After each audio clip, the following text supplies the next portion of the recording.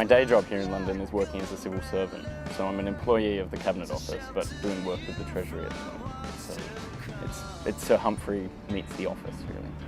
But the real answer about what I'm doing here is there's 400,000 single men in London, and there's about 20 in Coffs Harbour. So I get to play that field, and I get to travel every weekend. So why would you be anywhere else? I've got a very special relationship with the Home Office, and that began about 3 years ago. So I've been living here for 3 years, came here to study, shifted onto a working holiday visa, and I think very unusually got my job at the Cabinet Office on a working holiday visa. And that's not really the way it's meant to work out. So I've shifted on the highly skilled migrant program now. So really I should be here for another 3 or 4 years, but none of what I've done up to this point has counted towards residency. So I'm not one of those people that's had a grandparent and you get in the back door that way. I've sort of shifted from every possible program over the last 3 years and sort of struggling to keep a grip. I had a eureka moment in 2001 when I was working on the federal election campaign around the Tampa and the 9/11 period. And I was trying to support the Labor Party, and I was going through some of their material in a campaign office, and Labor had brought out a cancer plan. And I just looked at it and I just thought, you know, there are so many serious things going on in our world. There are so many exciting things you can do in our world. And the Labor Party's answer to what's going on in Australia and those problems is to have a cancer plan.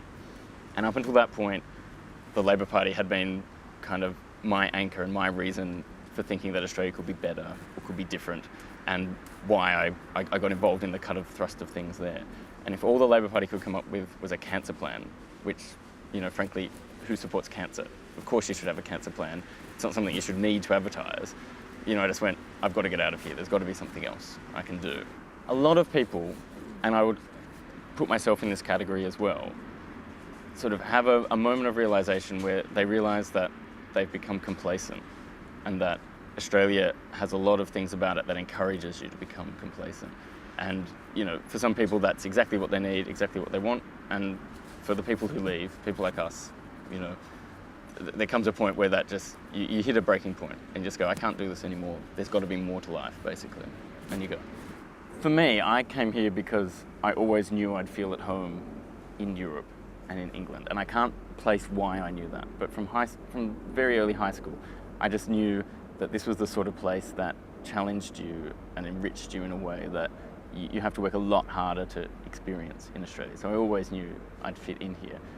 But it is a very negative culture, in a sense. So coming as kind of a direct, positive Australian, you know, you can't allow yourself to be consumed by that. You have to be very clear about what you're trying to cherry pick off of England, and then you ring fence the rest of your identity and make sure you don't lose that in the process. I think if you're trying to assimilate too much, you'd become a very depressed, negative person, sort of consumed by the weather and by sort of the general complaining culture that exists here.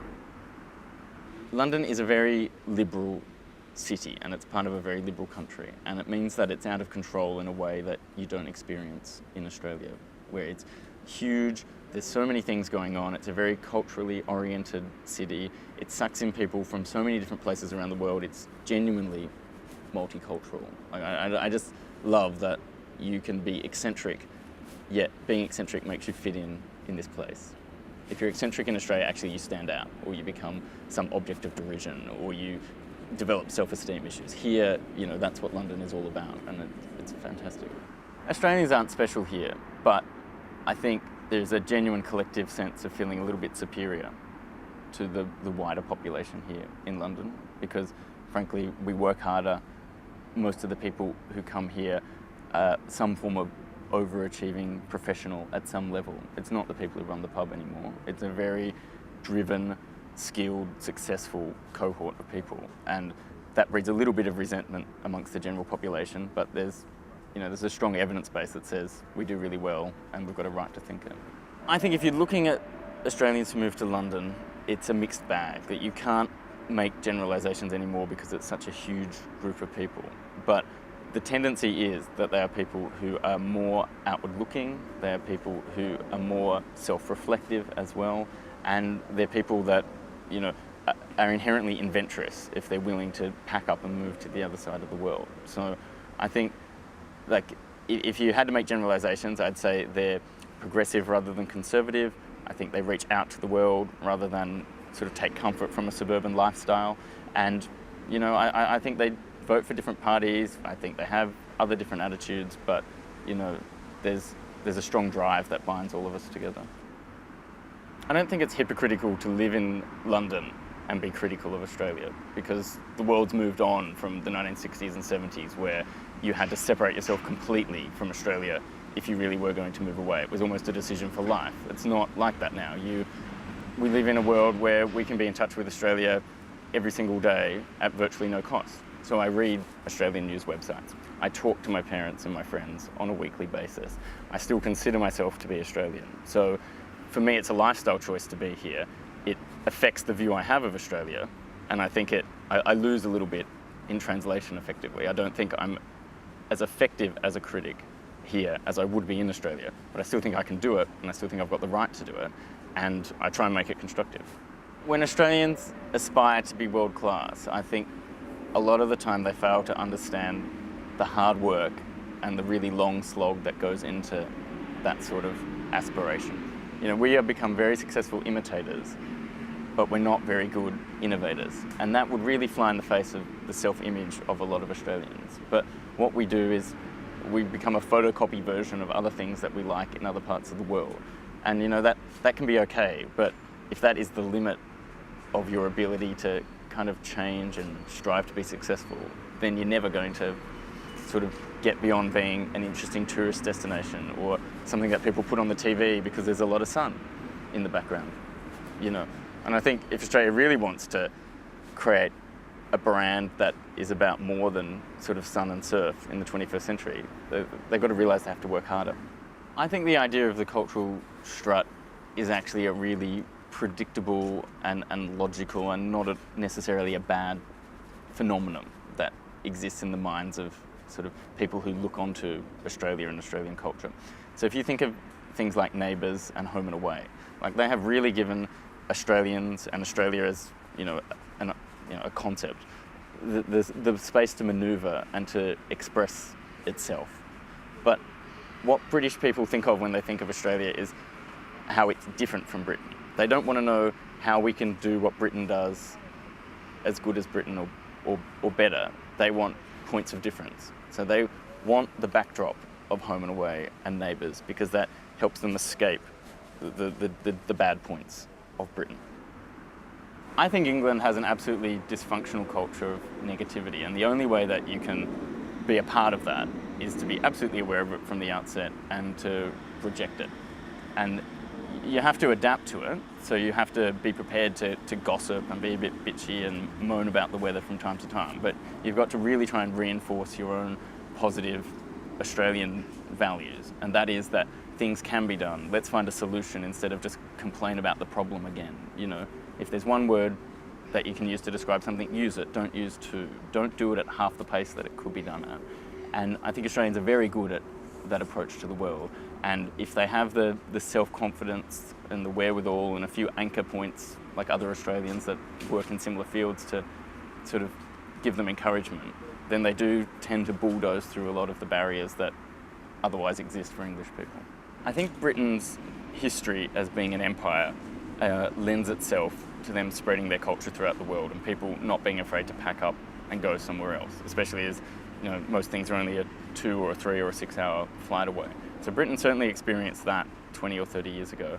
And what they've realised sort of in the meantime is how much of a magnet they can be for the rest of the world. So they've turned the empire into a positive thing, where they are the centre of the world's language. They've become the world's leading financial centre, and it sucks up so much talent from so many different places that, you know, Australians have a very big niche to fill, basically, with their drive and with their sort of ambitious, direct nature.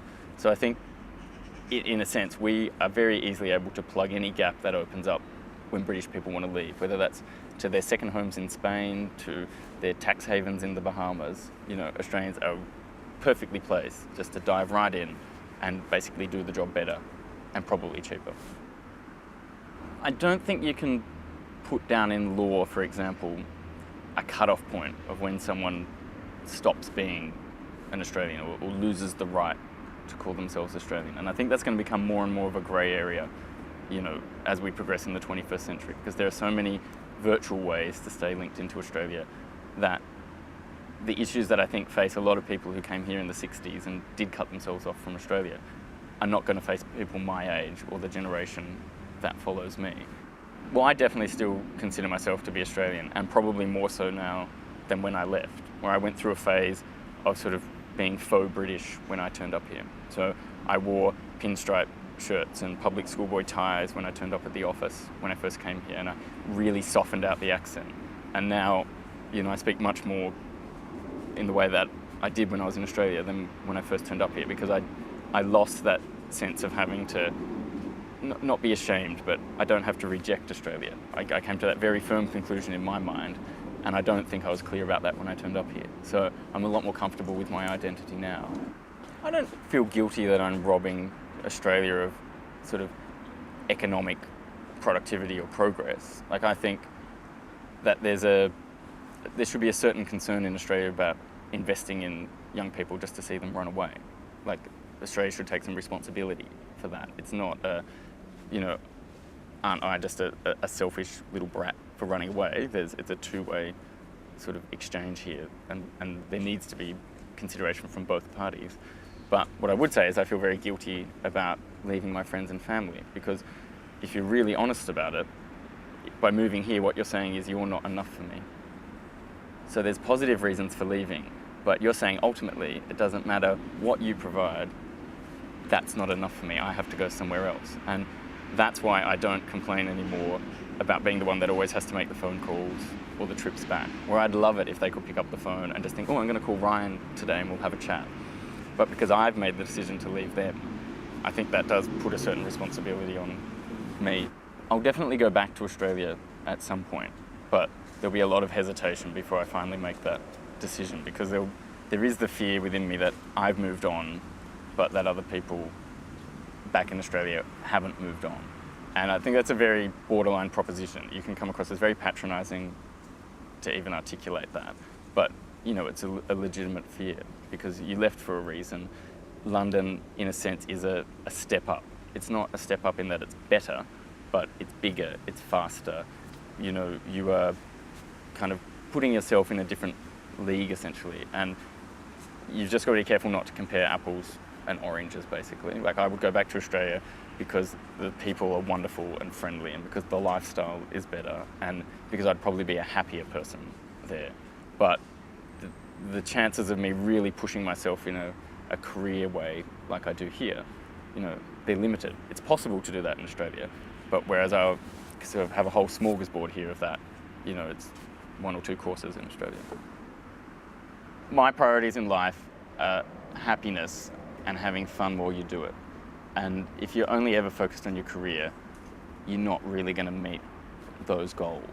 And so, you know, if I'm really serious about that, it inherently means I'll have to go back to Australia at some point, because I can't think of a place where I'd be more happy or could have more fun. So yeah, I'll be back there one day. I miss brunch. You can't get good brunch in England. I miss the way people smile all the time. People are just happy, even if it's a fake happy in Australia, they're at least happy.